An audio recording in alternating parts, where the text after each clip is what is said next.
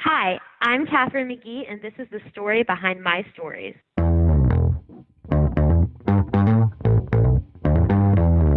You're listening to the Author Stories Podcast, bringing you the story behind the stories and the storytellers.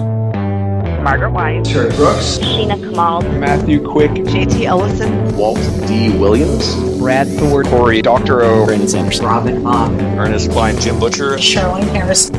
Visit hankgarner.com for archives of all the shows. Today's guest is Katharine McGee.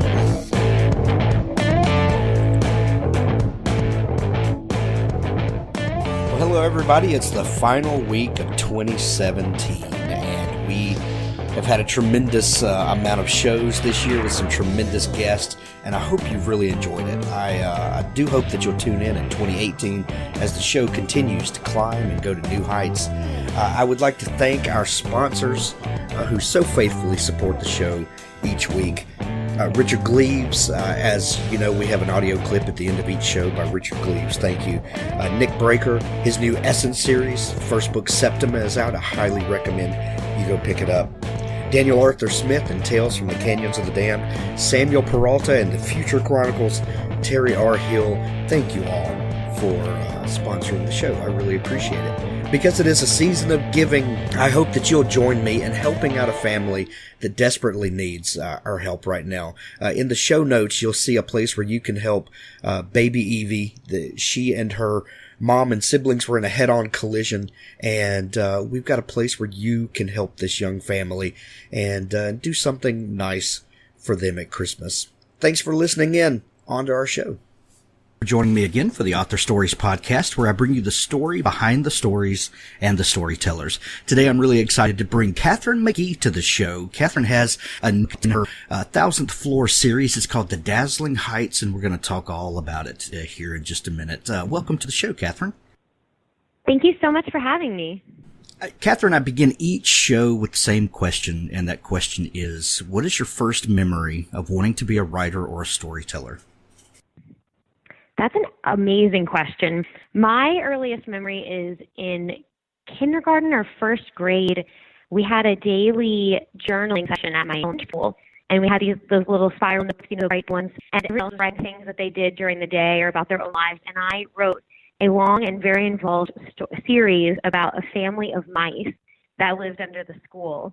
And I just imagined all sorts of adventures for them, and they had names, and I think it was largely inspired by the Redwall books, which I loved, but the mice had a whole year's worth of short stories about them. So my teacher was very amused by those, I think. Well, how cool was it that in school you had a journaling session? That's a rare thing to kind of have an open-ended chance for kids to either write stories or gather their thoughts. I don't think we do that enough with kids these days.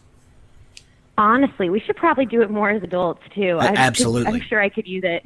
Oh yeah, but teaching young kids a habit like that, I think would probably translate to more of us as adults doing that. I know I could benefit from that for sure.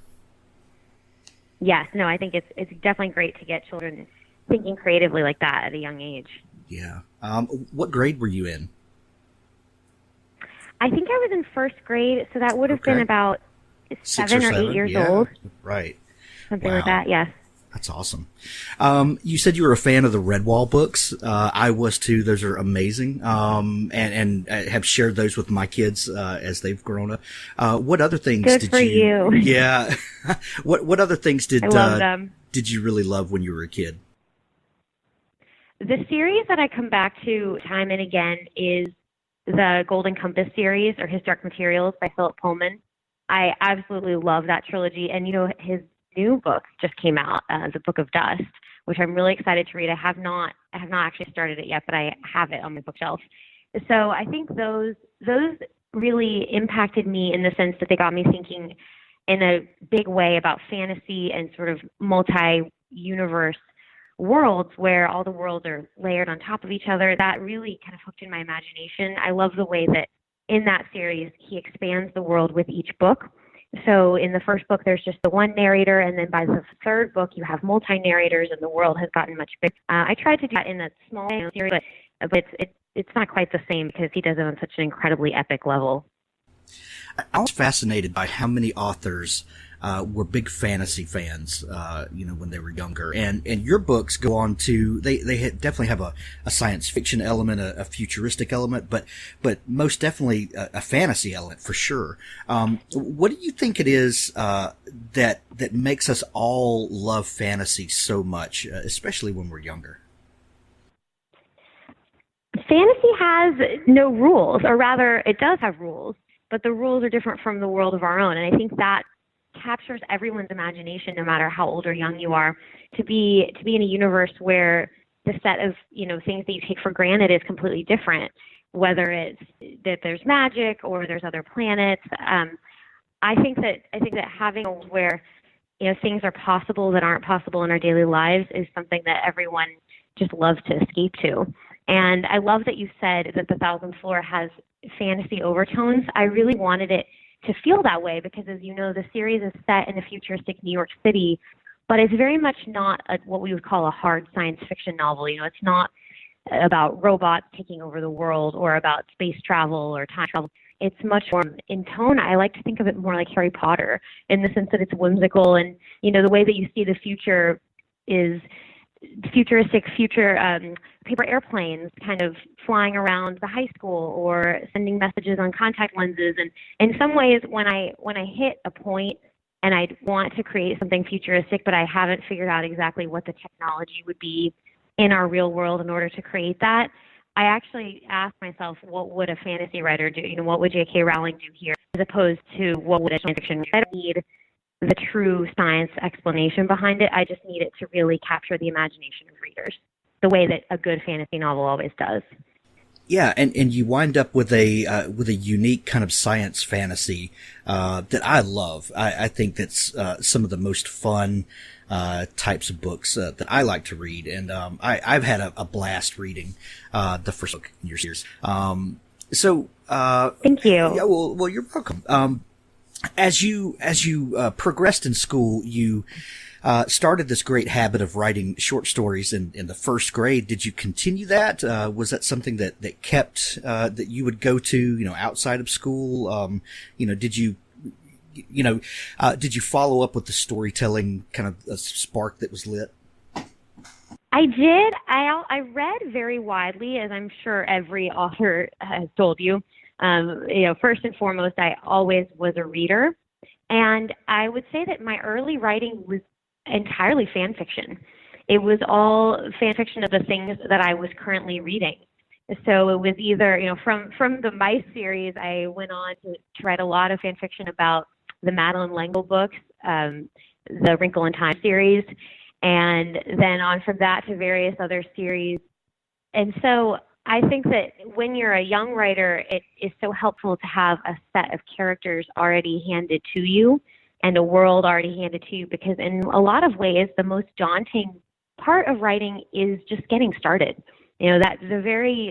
Everyone I think that I talk to who finds out that I'm an author, I can't tell you how many people say, I have this idea for a book, but I've never written it, but I've always had this idea. And I just tell them that getting started, sitting down on your computer and doing page one is unquestionably the most difficult part of the process. And the farther you get, the easier it becomes. And this is truer and truer each time that I write a book.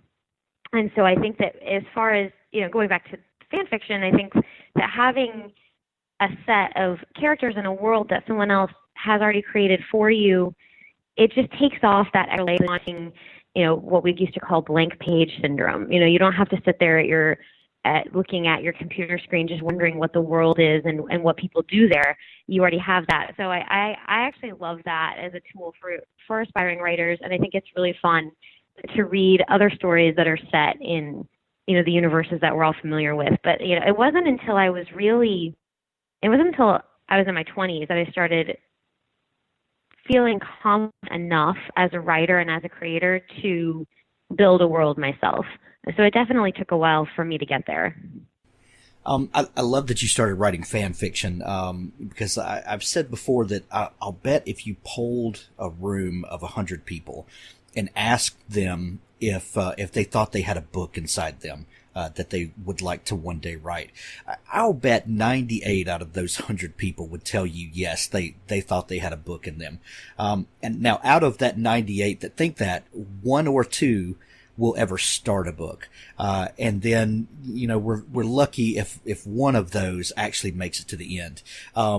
So writing fan fiction, I've never really thought about it like that before, but yeah, you're really setting down inside someone else's world and getting kind of the mechanics of writing, working those muscles, so that when you do build the confidence to build your own world, the other stuff you've already kind of worked out.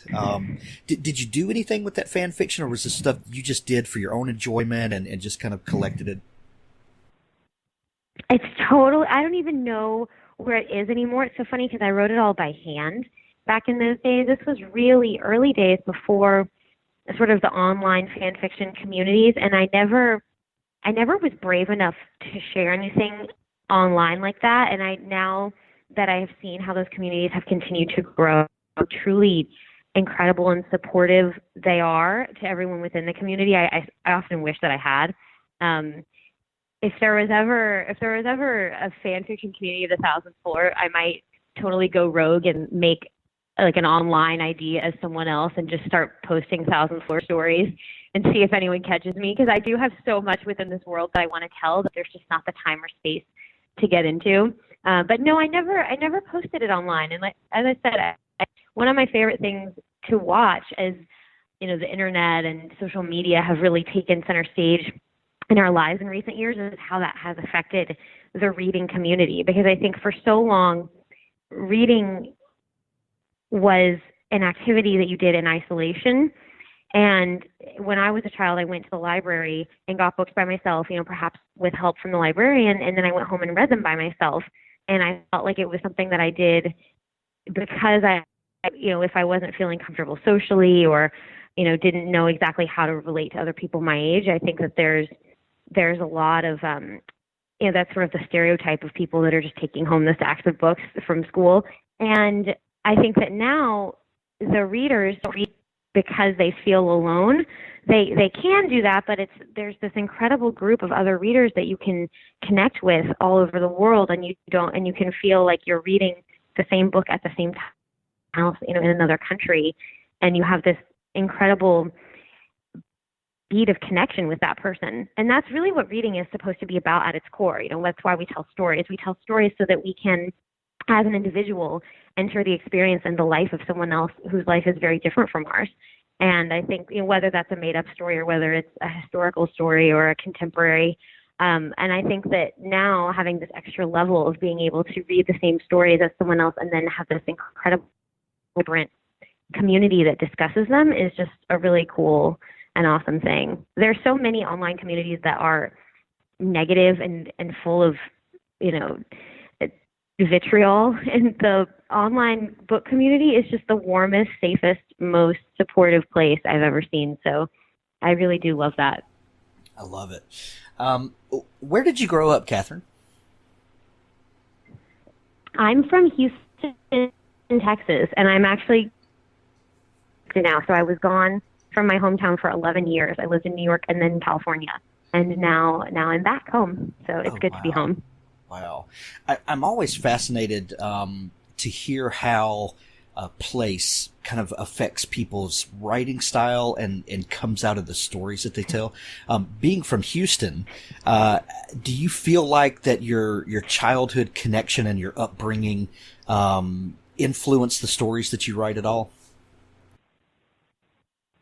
If any place affected these stories, it really is much more New York. So I mean, definitely Houston has left its fingerprints all over my life, and it's where my family still is. But these are New York stories, and that's what makes them fun, largely. So I lived in New York really just for 5 years. So I was in college in New Jersey for 4 years before that, and going into New York frequently. So I felt like New York captured my imagination at a very young age, as it does with so many people. It's the iconic American city. And so I loved coming in and visiting. And then when I lived in New York, it felt honestly like a dream come true. And I actually worked in publishing. So I lived in New York and worked editing young adult novels for those 5 years, and that was a really incredible and fun experience. New York has an energy. It's this electric, vibrant, young, diverse energy that I have not seen in very many other cities around the world. And the more that I travel, the more I continue to look for it. And I love a lot of cities. I love Paris. Having read the first book, you'll know that. I love London. I love some of the cities in Asia that I visited, but it's very few places really feel like the way that you feel in New York when you step onto the streets and you just feel sort of swept up in something that's bigger than yourself. I just love that about New York. It has such a bad rap at times, but New Yorkers, for all that they sort of moan and act gruff with each other, New Yorkers are the most loyal people to one another. I mean, if you fall and are hurt or something in New York, 10 people will stop and help you, which I don't think you can say for everywhere. Yeah, and I have some very close online friends that I've made that are New Yorkers, and they're some of the kindest, most generous people that you'll ever meet. And they're characters. Don't get me wrong, but they're sweet, sweet people, and I love that about them. That's what makes New York New York. It's the city full of people from everywhere. Right. And that's what makes it so fun. Right, exactly. What did you study in college? I studied English and French literature. So I've sadly lost a lot of my French ability. I was at one point very fluent in French, and I wrote a senior thesis partially in French. But yeah, I focused mainly on 17th century plays. Actually, it was what I loved the most. So perhaps someday I'll get to write a historical set in 17th century France. I love it. But so not right now. So you were a very bookish kid. You were writing from a young age. You go to college to study English and French literature. Did you have the kind of the desire that you were going to work in the book industry, either as an editor or as a writer? I mean, was that something you were actively pursuing? I did, and I hear your question beneath the question, which is like, what on earth did you think you were going to do with an English and French literature degree? And that many people ask me that question. The nice thing about being at a liberal arts school is that a lot of your classmates are doing things like this. But yes, I'm one of the few people who actually can say that I actively am in an English language literature career.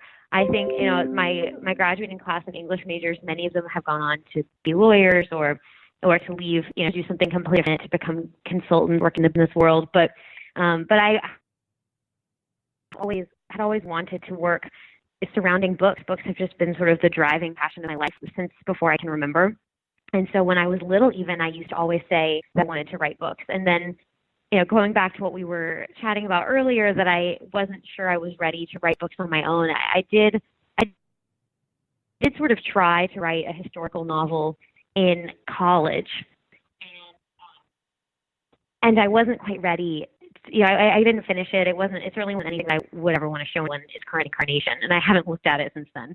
But I knew I wanted to be around books and learn the business, and so that's why I was lucky enough to get a job working in publishing. But it is a very small industry. It's kind of an interesting one because for the amount of books that we publish per year and the amount of people who read books, there's only several hundred people in New York who edit books.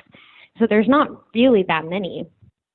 So if you're lucky enough to get in the door, it's an incredible business.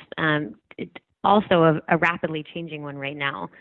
But yes, I'm very much sort of the exception to the rule in that I'm an English major who can truly say that I'm putting my English degree to active use. I love that. I absolutely love that. When you went to work in the publishing industry, being a book lover like you are, when you get inside the industry and you start seeing kind of how the sausage is made and, kind of what the process of editing is like and maybe all the different manuscripts that come in and then you see the finished product. Did your ideas about books in general or the creative process, did any of that change from being on the inside? I would say the best thing that it did for me was that it gave me confidence that I had lacked before, because I got to see as an editor how much books change from the first to the final incarnation, and they change quite a bit. And so having seen that many first drafts and knowing, how much improvement happens between the first draft and the final really made me realize that writing is something I can do, and it's just a process, and you make it better each time. And thank God for editors, because no book would be good without the team of editors that helps to read it. I mean, I don't think there's anyone on earth who writes a perfect first draft. It's constantly a process of iteration. And so that definitely made me very confident. And the other thing that is just so fun is, as you said, the thing about publishing is that everyone does it because they love books, truly are book lovers. And that's such an interesting thing in the business world, because there's not many industries where you can say that. It's certainly not like the people who, I don't know, create tennis balls are passionate about tennis. Maybe they are, but there's not many products where I think that everyone who works and touches it in every aspect of the process, whether it's the design or the legal aspect or the marketing, are all the most avid book lovers. And so that's really kind of fun, because everyone just geeks out about books all the time. Well, books are really, one of the last places where art and commerce are so tightly woven together, and that people make art for a living, and it's a really interesting thing when you really break it down. Oh yes, absolutely. And I think the fun of the business of books is that at the end of the day, no one ever really knows what is going to be the next big thing, or what's going to resonate with audiences this year. So I think that, as writers, our job is just to tell a story that we love and that resonates with us, and hope that it finds an audience. Perhaps it will, perhaps it won't. But there's so many people who spend, especially on the Hollywood side of entertainment, who spend hours and hours trying to sift through data and predict like what's coming, what's going to resonate with people. And I think it's honestly, it's magic. It's totally, that's the fantasy rule of our world, is that, some stories just happen to have this universal appeal and really click with millions of readers. And when that happens, I think it's incredible, because it creates this sort of shared language between people. I mean, the fact that there's readers in 30 countries who've read my book, and that I could talk to them about that, even if I don't speak their language, I think it kind of blows my mind at times. Yeah. It's insane. You talked a minute ago about the editor's job and how it really gave you confidence to see how much a book changes. Knowing that a book is going to change so much, what is it that lets an editor know that in this rough first draft version of a book, that this is going to be something? If it's going to change so much, how do you know from the beginning that this is going to be a thing? That's a great question. I think there's always something that really sticks out, whether it's that the story just feels incredible and what we would call hooky, like it really gets you at the beginning and keeps you turning the page every other page, or whether it's just a character who literally you can see starkly drawn in your mind, and you just know that this character is going to carry you through several stories, or whether it's a voice. I think voice is often, there's a lot of editors who acquire for voice, and they love the writing style, but they may not love aspects of the story.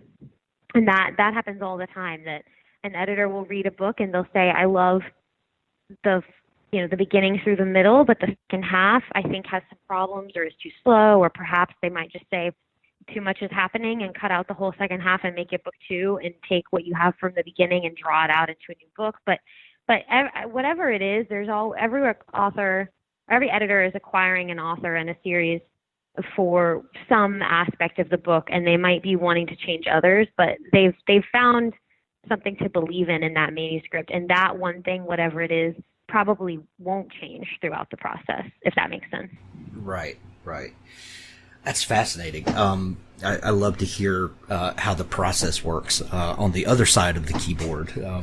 How long does that process usually take? If you acquire a book from an author and then you're going to go through those revisions, how long do you usually work with an author?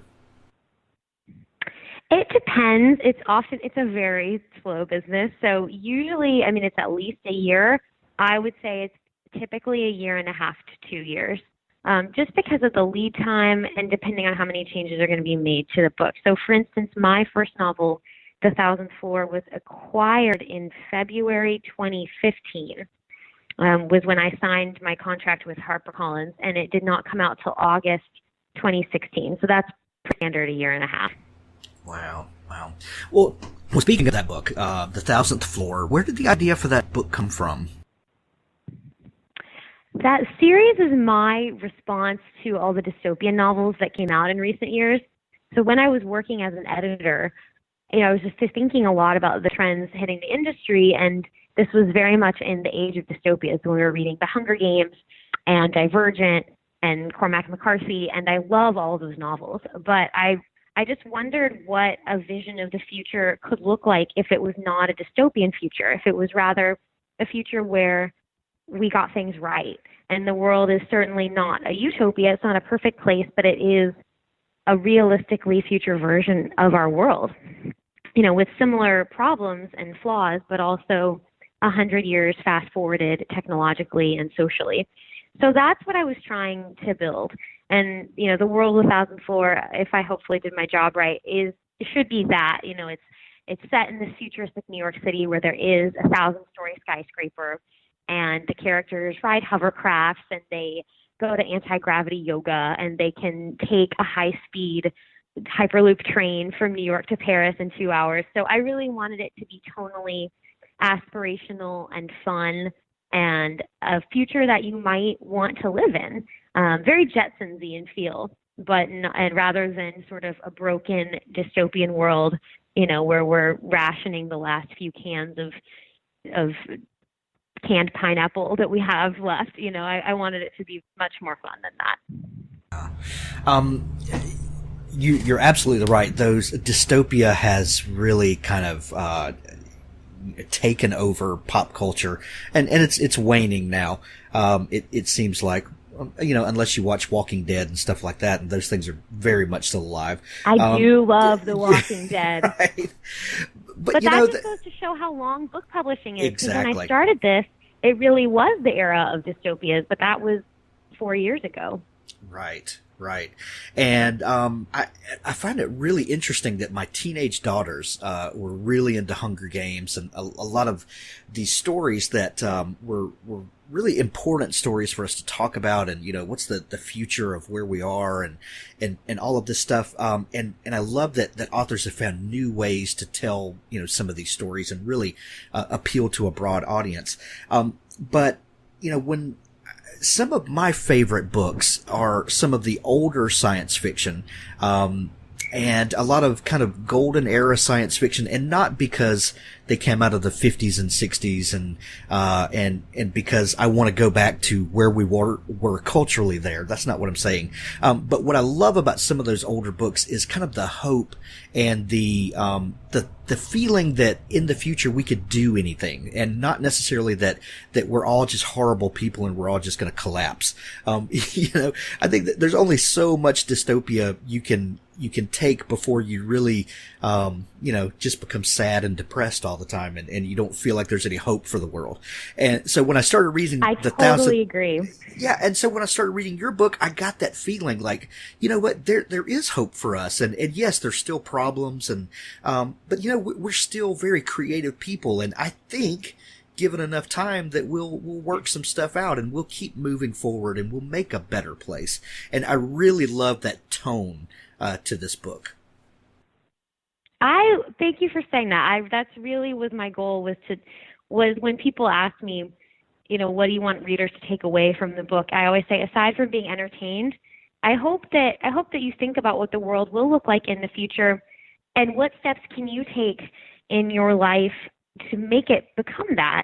I think that if every one of us leaves the world just marginally better than we found it, then the world will inevitably become better and better with each generation, and will become more tolerant and more technologically advanced, but hopefully, in a useful and non-threatening way. And I think that we can build something really incredible. There was a lovely article I'm going to forget, I think it was in the New York Times about the book and film The Martian, which I loved. And the argument was very much what you just articulated, which was that so much science fiction has been dystopic and rather depressing in recent years. And The Martian is this kind of new, hopeful story that it's at its core a story about humanity, solving a problem and using its creativity to save someone. And I think that hopefully stories like that, optimistic, uplifting stories are coming back in vogue a little bit. I think we could all use a dose of that right now in the world. Well, and I think maybe it helps that we're starting to see a keen interest in space travel again. We've got a couple of private companies that are, launching rockets and really, and there's a race to go to Mars and all of that. And I think we need something to aspire to sometimes, not just, this side of the political aisle hates the other side. And, obviously we're just going to, devolve into, just killing each other one day. And, but we need something to aspire to. I totally agree. There's no bigger or better goal than getting to another planet. That's true. You can't beat that. That's the kind of rallying point that the entire world can get behind. And I think that's what makes those stories so fun. And if they can become reality, absolutely. There's so much happening right now that's starting to feel like it's science fiction coming to life. Yes, whether like we it's, live in the future. Travel to Mars, or we're starting to really live in the future. We're going to have holograms before we know it. Oh, and listen, I live in South Mississippi, and we have a new museum that we're building in the town we live close to, and it's a new arts and entertainment museum, and we're going to have holograms where you can go sing with Elvis or B.B. King or any of the great musicians that are from Mississippi, and that's we're living in the future, even in the deep South. It's crazy. I love that. That sounds fun. It's really cool. So as you're envisioning the story and starting to, I love to hear the kind of where the kernel of a story starts and watch it build. So you've got this idea of what would it be like in the future. Did you start creating the set pieces in your mind? Did you start, did characters start coming to you? Like, how did it start unfolding to you when you realized, okay, this is going to be a book? The setting was the first piece to fall into place. And that definitely happened because of this idea that I had been building over time, that I would like to write an optimistic future. And then I read an article about a trend in Asia called vertical urbanization, which is the idea that cities of the future will continue to grow taller and taller because all of the reasons that we have currently been sort of stopping skyscrapers at the heights that we have is we've been limited by our own engineering abilities and our own sort of safety measures. And the argument was that the things that we're building actually, for the space station, for a space elevator, should we end up having one, are causing, as a side effect, all of these these new technologies and new material science that will make it feasible to have buildings that go up to 500, 600 floors and safely withstand winds, up that high. And so the argument was that the efficiencies of living in a structure like that vastly outweigh any inconvenience. That, you think about your city right now in Mississippi, you probably get in your car and drive around all the time, multiple times per day. I do that in Houston. And every time we do that, we're, emitting CO2, and we're spending money, and everything is just vastly inefficient because we're all sort of spread out horizontally, if that makes sense. And the argument is that if we're actually spread out vertically and we're taking elevators up and down, it's way better for the environment, it's way more cost effective, and it's actually healthier for humans, which might sound kind of weird, but the argument was it made an impression on me, whether or not it's something that will happen in the near future. It sounded like such an incredible set piece for a world that I wanted to build. So that kind of was the final piece to fall into place was, okay, they're going to live in this massive skyscraper that has apartments and restaurants and interior parks, and a lot of the action is going to take place in this enormous building. And then because I fell in love with the title, The Thousandth Floor, I decided that it would be 1,000 Stories Tie. As for the characters, those were a slower process. I definitely, going back to sort of our discussion of world building and how that is the hardest part, and I probably spent months just writing up character bios. I probably had a 10 to 15 page document with, descriptions of each of the characters, what their backstories were, what I foresaw them doing through the course of the series. And I worked with my old boss on that quite a bit. He did a sort of a first read on everything for me. Some of them haven't really changed. I envisioned Avery at the beginning. I wanted to crystallize this idea of perfection and say, in the future, when we have so much technology at our fingertips, what does it mean to be a child that is under a ton of pressure from your family and that is supposedly quote unquote perfect? And so she kind of became my genetic designer baby. And of course, because she's perfect, I felt like I had to give her an impossible love or someone that she could never ever be with. And that is why I created this very, very controversial relationship with Alice.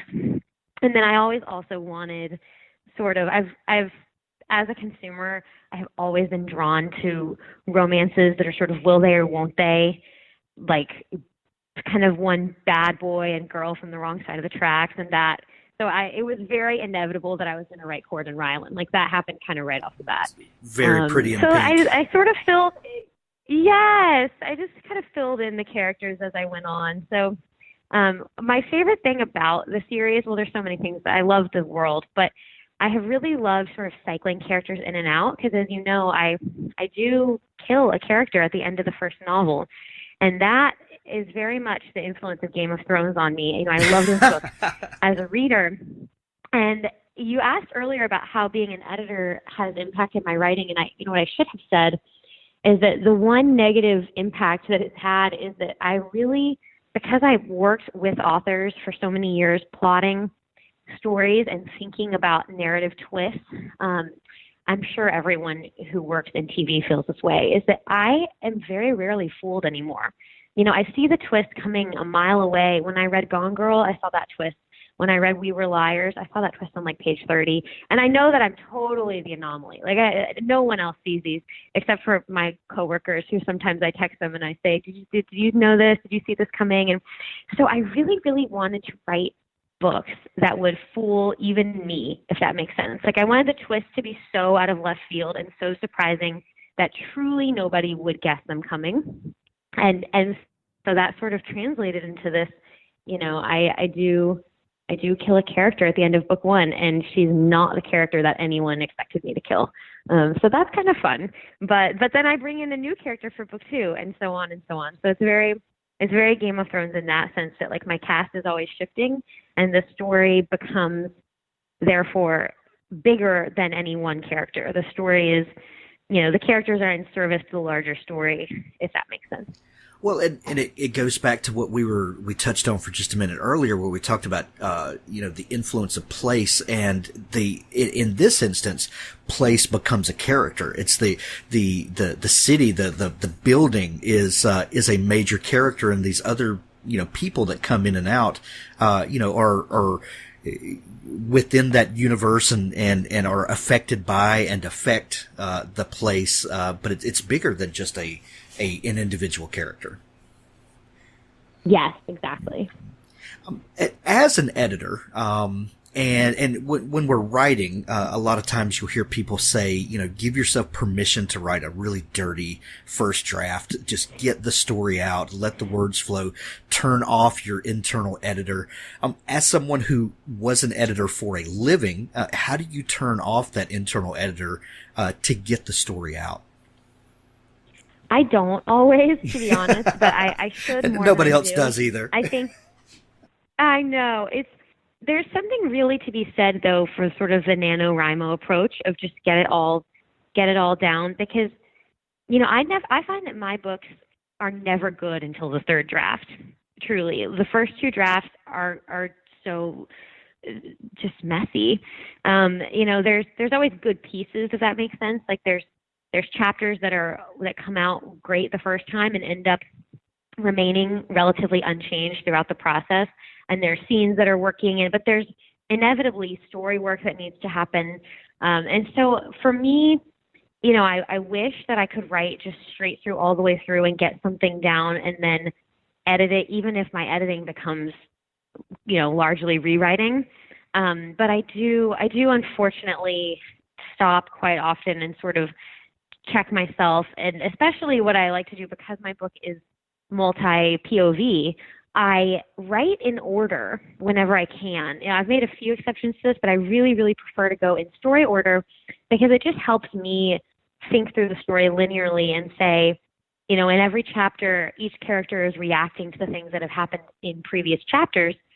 So I want to make sure that their internality is right. If they saw somebody break up or somebody kiss in the previous chapter, I need to make sure that's reflected in the way that they're thinking in this current chapter. So I try to write in order, but what I end up doing is every time I get, if I get to a new Watt chapter, I go back and reread his old chapters to sort of remind myself where I left him, and then I end up editing it while I'm reading it, if that makes sense. So I do a lot of editing on the way, which perhaps could be avoided.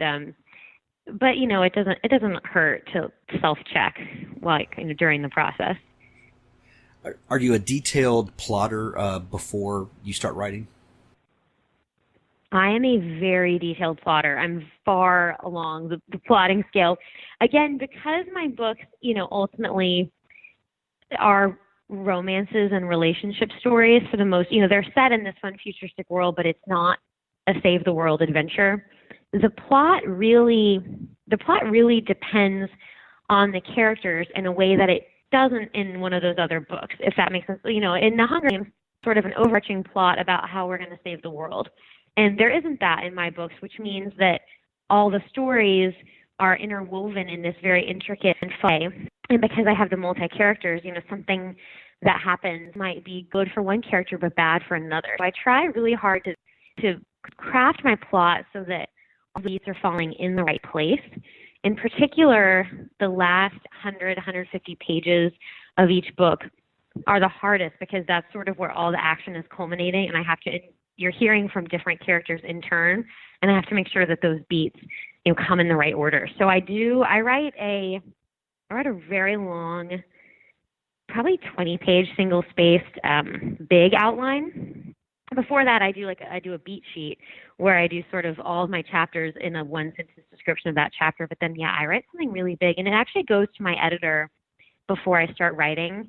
It's interesting. I've told this to other authors, and some of them are completely horrified and aghast that I would share something like that with my editor before I write, because they think that, it's just editors shouldn't see anything till the first draft.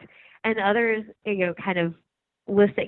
I don't think that's very typical is what I'm trying to say. I'm in the minority for giving an outline to my editor, but I like it because if there's big problems, she catches them for me at that stage. So I don't write a whole book with a massive problem in it, if that makes sense. Like, she'll catch my big story problems, or at the very least, she'll talk through them with me and say, I have concerns about this. Are you sure you want to write this? And often she ends up being right. There's a reason that she is so good at her job. And so it's good to have that. It's good to have someone else have their eyes on the story ahead of time. I really appreciate that. But some authors are they like to keep their book really close to their chest until they write the whole thing, and then they give it to their editor, and it's like, ta-da, here's the book. I hope you love it. So, and then hopefully they don't have to rewrite it. But I definitely I don't mind sharing that early. So I write that. That probably takes me 2 or 3 months to write my outline, to be honest. I spend quite a long time on my outline. And then once I have that, it's so easy for me to go into the draft because I have a complete roadmap for myself. Well, I think a lot of people's attitudes about sharing the work. Well, some writers, one of the kind of gold standard books that most of us have read about writing is Stephen King's book on writing. And he's very adamant that you write your first draft with the door closed. It's just you and the story, and you don't plan things out. You just let the story flow out. And then when you're finished, you go back and edit it, and then you submit it. And his reasoning is that if you pre-write something, then the story's boring, and you already know the story, and all the immediacy of writing those things is gone. I don't necessarily agree with that. I think for me, I'm somewhere in the middle there between planning and between kind of pantsing. Setting some road markers and writing toward them, kind of thing tends to work for me. But how do you keep the story alive and immediate, when there's so much planning that goes into it and when you've already shared the story with someone else? Is there something that you do to keep the fire kind of hot? I would say that's a really interesting point that he makes. I feel like the fire gets hot anyway. I don't have to work to make it hot. It just gets there. The story, for everything that I said about the outline, the story inevitably changes, often quite a bit. But so perhaps I overwork, and I've asked this question to myself many times, like, should I be doing a looser outline with less detail? Because so much of it does end up shifting. I shift scenes. I take things. I'll cut whole story threads and replace them with something else. And so maybe I'm doing unnecessary work up front, and I should just write sort of big story turns and then go from there. But the story, whether or not you have a plan, or perhaps I should say instead, no matter how detailed your plan is, whether you just have sort of the few loose beats or whether you have a scene-by-scene outline like I have, the story always ends up driving itself. The story will do what it wants to do, and the characters will do what they want to do. And I think that it's good to have a plan, at least for me, just because, like I said, I think that if I didn't have at least an idea of what I should be writing each day, I would sit down and I would just kind of stare mournfully at my computer and not be sure. But at least if I can say, okay, this is a scene where, XYZ is happening and they're in this place. And then as I start writing, maybe one page in, I go, this is not the right place, or these aren't the right people. We need so-and-so also here. At least I have something to get me started. But I do think that no matter how prepared you are, the story is going to do what it wants to do, and it'll kindle its own fire, if you're doing it right, But occasionally, I think that if you try to force a story that's not working, that's when you get that bad sort of sticky feeling in your chest. It's like, this isn't right, and it can be really hard to distinguish that from normal writer's block. And by normal, I just mean sort of a garden variety, I'm tired, or I've been writing for 20 days in a row with no breaks and I'm sick of this, versus the much more alarming, the story is not working writer's block, and I'm trying to write a story that is wrong. I had one friend author, I'm trying to remember exactly how she said it. She said, either you're walking hand in hand with the story or you're dragging the story kicking and screaming by its hair. Oh, wow. That's terrible. But that's totally the right image. If you're doing the wrong story, you're dragging it, and then you made a mistake, and then you need to go back to the point where you diverge from what you should be doing and fix it. So yeah, I think it's good to have an outline, and I personally like having one, but I totally understand why it doesn't work for everyone. And I think at the end of the day, the story will out, and it will you'll figure out what needs to happen. Sometimes alarmingly late in the process, but it'll get there. Yeah, and it's the thing to come to grips with is that you as a writer have your own process that works, and trying to adapt to someone else's processes is going to be an exercise in frustration. We can take nuggets of wisdom from someone, but if you sit down and try to emulate Stephen King's style or try to emulate your style, and that's not what you're geared toward, you need to find what works for you. Oh, absolutely. I have a friend who writes outside on a spiral notebook, and when I heard that, I just felt completely inadequate, because I write on my laptop, and I'll stop and check my email. And I was like, you win. You're like Lord Byron out there at your picnic table writing in a spiral notebook. That's amazing. But I don't think I could ever do that. Oh, man. My friend Richard Gleaves wrote this amazing series. It's a continuation of the Sleepy Hollow legend in present day. And he wrote the final scene on a legal pad while sitting in the covered bridge in Sleepy Hollow, and like at midnight, and I'm just like, you won, I could never top that. So that's like the method acting of writing. I know. That's like those actors who pay people to beat them up so that they know how to, how it feels. That's incredible. Yeah, that's like you won. I'll never top that. But So the first book, let's get back to your books. The Thousandth Floor, is amazing. You've got the flip that came out, in August, The Dazzling Heights, and you've just released the title of the third book. When you first started, did you know this was going to be a trilogy, and, kind of how are you feeling about the process being in the middle and going toward the end? I did know it was going to be a trilogy because my book deal was for 3 books with HarperCollins. When I pitched it to them, it was obviously only the first book, and I was hoping that they would buy an additional book or more, because I definitely, where I envisioned book 1 ending was not the end of the series in my mind. But I could have spun that story out however long they wanted to. But they wanted a trilogy, so I definitely had the end scenes or the end sequence of the series in my mind at the beginning, but I did have some work to do to figure out how exactly we would get there. As far as I'm having a lot of bittersweet feelings about the end of this series. I'm wrapping up book 3. I'm still editing it, but it will be completely finished within the next month to 6 weeks before it comes out next August. And I have lived with these characters for a long time, and they have seen me through a lot of personal things.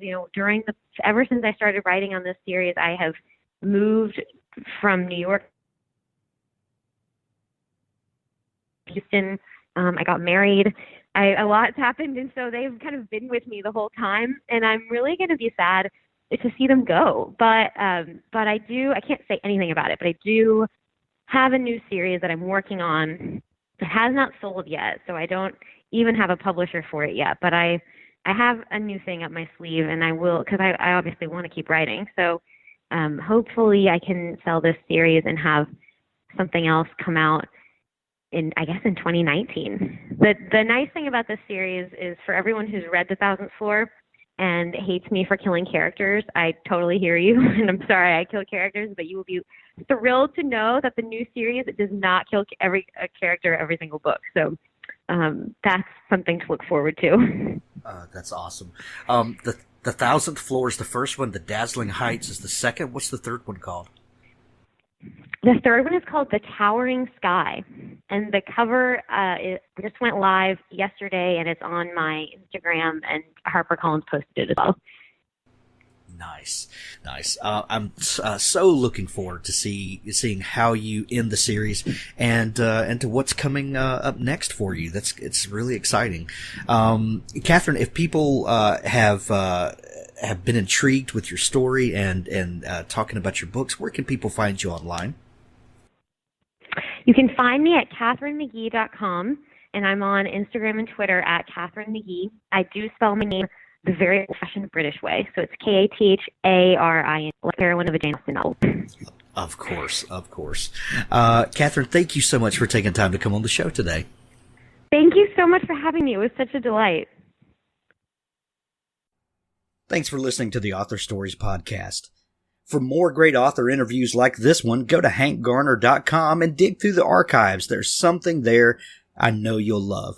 Now stay tuned for a special audio clip from Richard Gleaves' The Jason Crane series. Thunder snow. Local weather reporters relished the word thunder snow. A thunderstorm of snow, a booming blizzard, as if Thor and Zeus had met in the skies above the hollow to settle their differences with a bowling tournament. Drifts rose, tree limbs cracked, electrical cables sighed and snapped. Steep Tarrytown avenues became sledding hills. Drivers slid along, knuckles white, trying desperately not to spin into the Hudson. At night, a banshee wind howled and shook the trees. The sound of falling limbs galloped across the valley. Children lit nightlights, praying for protection from the ghostly hooves and cracking laughter, from the disfigured shadows outside the window, from the voices that whispered, come out, play in the snow, sleep under icy drifts, float in frozen culverts, lose warmth, lose life. Come and join the cold people. The blizzard continued throughout the week. Trash collection came to a stop. Pipes froze. Electricity went out. The temperature plummeted. Hazard lights blinked, like the eyes of wolves, all the way up Broadway, from Manhattan to Fort Orange. The fever of ice broke on the morning of December 31st. The sky finally cleared. Road crews and trash men emerged as if to look for their shadows. The sidewalks filled with brown footprints, with girls in rabbit fur and boys in knit caps, with Jets jackets, with paper coffee cups, with mittens and pom-poms and beards just until spring. Misshapen snowmen sprouted in Patriots Park. Doctors splinted old women and dispensed calcium supplements. Fathers trudged out of doors to scrape and shovel, to commiserate across frozen hedges, to sigh and bend and risk heart attacks, to chisel their epitaphs across the marble ground.